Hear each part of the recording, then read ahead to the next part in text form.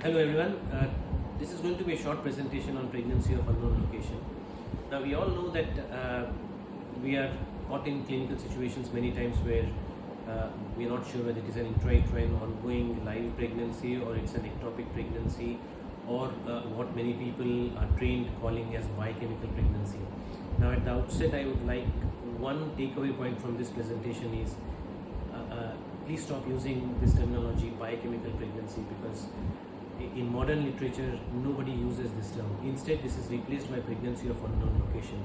So today I am going to speak very few important points about pregnancy of unknown location, and I'll try and cover only salient points in this.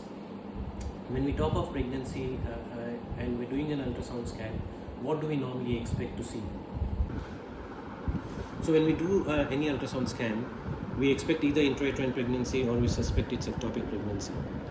Now when a pregnancy sac is not seen, this is what I was saying, we are used to calling it, let's not call that, and instead we call it as pregnancy of unknown location. It's very simple. When a woman who has a positive pregnancy test and it's an empty uterus on ultrasound scan, on transvaginal scan, and there are no signs of intrauterine or extrauterine pregnancy, it's labeled as pregnancy of unknown location. So it's a very simple definition. And when we look at ultrasound scan findings of a woman who has positive pregnancy test, it can only fit in these 5 categories. As you can see here, there is no mention about biochemical pregnancy. We'll talk about that third point, which is pregnancy of unknown location.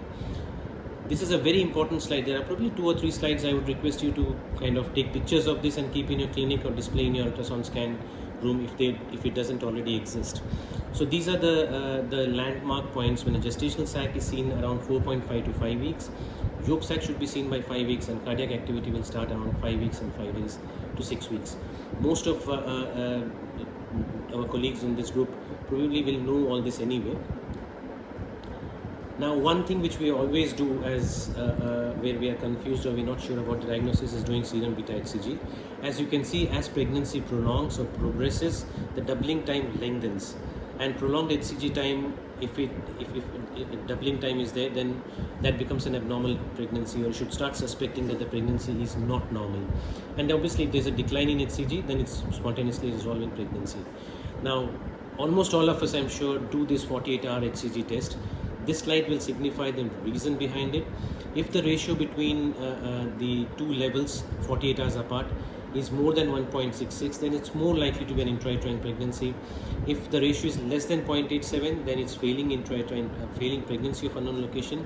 And anything between 0.87 to 1.66, it's most likely to be an ectopic pregnancy.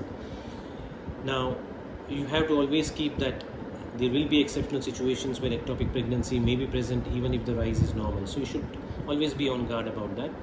Now, very brief mention about serum progesterone, which is what actually prompted me to take this topic up, because this I think is very underutilized in our practice, day-to-day practice. Serum progesterone is a very important marker. If you don't have a clear diagnosis, do serum progesterone. If it's less than 20, then it suggests that it's a fast decreasing HCG levels, and almost always this is a failing pregnancy. If it's more than 60, more likely that you're dealing with an intrauterine normal pregnancy.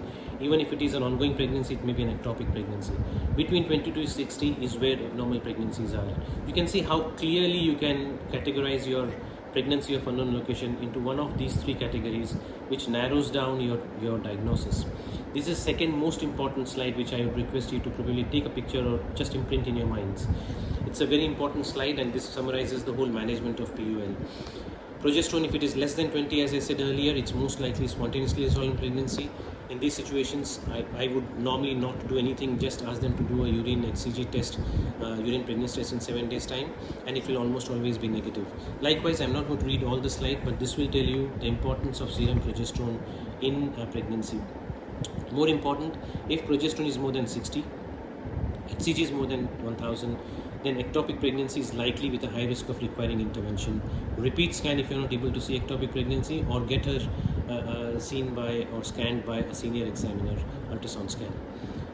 Now, again, emphasizing on the role of progesterone, if the level of progesterone is less than 10, then there is just about 2% risk of intervention, which means Really speaking, if the progesterone level is less, you can reassure yourself and the patient that this is a failing pregnancy and will not probably need any treatment at all. But anyway, you must keep following her up until the pregnancy test comes negative. This is the final slide, probably saying what can a PUL be. It can either be a failing PUL, which means it will spontaneously resolve, or eventually it will turn out into an intrauterine pregnancy or ectopic pregnancy or persisting PUL. So persisting PUL, just one slide about it. It is seen in almost 2% of pregnancy of unknown locations. HCG fails to decline. These are the women who may need laparoscopy or probably methotrexate at some point. So as you can see from this, when you have a situation where you have categorized the patient or diagnosed the patient as pregnancy of unknown location, there's very low risk of significant complications. You should follow her up until a final diagnosis is made.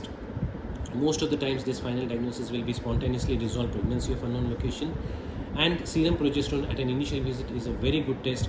You may most of the times not even need to repeat serum progesterone, because that one marker will tell you, like as I said, if it is less than 10, you can assume that this is a failing pregnancy and it's very unlikely that she'll need an emergency management. If there are any questions or doubts about this, please post it back in the group. Thank you.